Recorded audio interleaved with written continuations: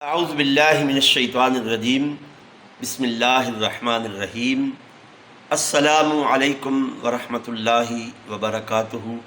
غوثیہ channel پر خوش آمدید کہتا ہوں۔ چینل کو سبسکرائب کریں، لائک کریں، شیئر کریں اور ویڈیو کو مکمل دیکھیں۔ تھمبنیل سے آپ نے 3 چیزیں دیکھ لی ہوں گی، ایک کی یعنی چابی،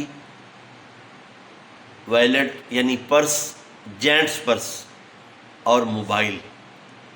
یہ 3 چیزیں میں جب فارن کنٹری میں آیا، یعنی اپنے ملک سے دوسرے ملک میں نے یہاں ایک لوگوں کا طریقہ دیکھا کہ چلتے پھرتے ہاتھ میں چابی، پرس اور موبائل، ایک بھی نہیں 2 موبائل رکھتے ہیں۔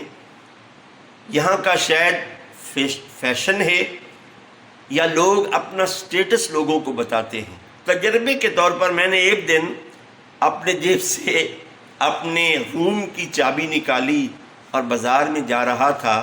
میرے دل میں ایک خواہش پیدا ہوئی کہ لوگ چابی کو دیکھ کر یہ کہیں گے کہ یہ گاڑی والا ہے، جبکہ میرے پاس گاڑی نہیں اور میں 4 چکا یعنی جو کار ہے وہ چلا بھی نہیں سکتا سوائے موٹر سائیکل کے یا سائیکل کے۔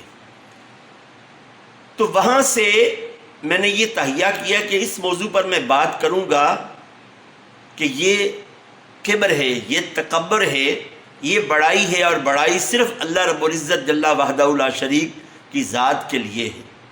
یاد رکھیے، وہ رب چاہے تو رات سوئے ہوئے بادشاہ کو فقیر کر دے اور چاہے تو سوئے ہوئے فقیر کو بادشاہ بنا دے۔ تو ہمیں عاجزی اور انکساری کرنا چاہیے۔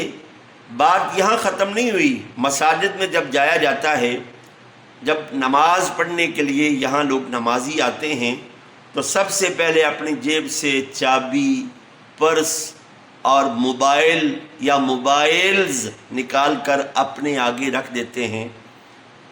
شاید یہ بتانا چاہتے ہیں کہ ہمارا سٹیٹس کیا ہے۔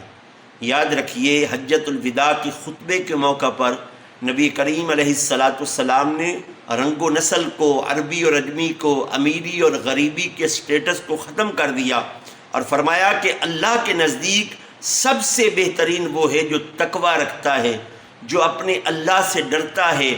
تو برائے مہربانی عاجزی اور انکساری کیجیے، خواہ کوئی دولت مند ہو، خواہ کسی کے پاس تھوڑا ہو۔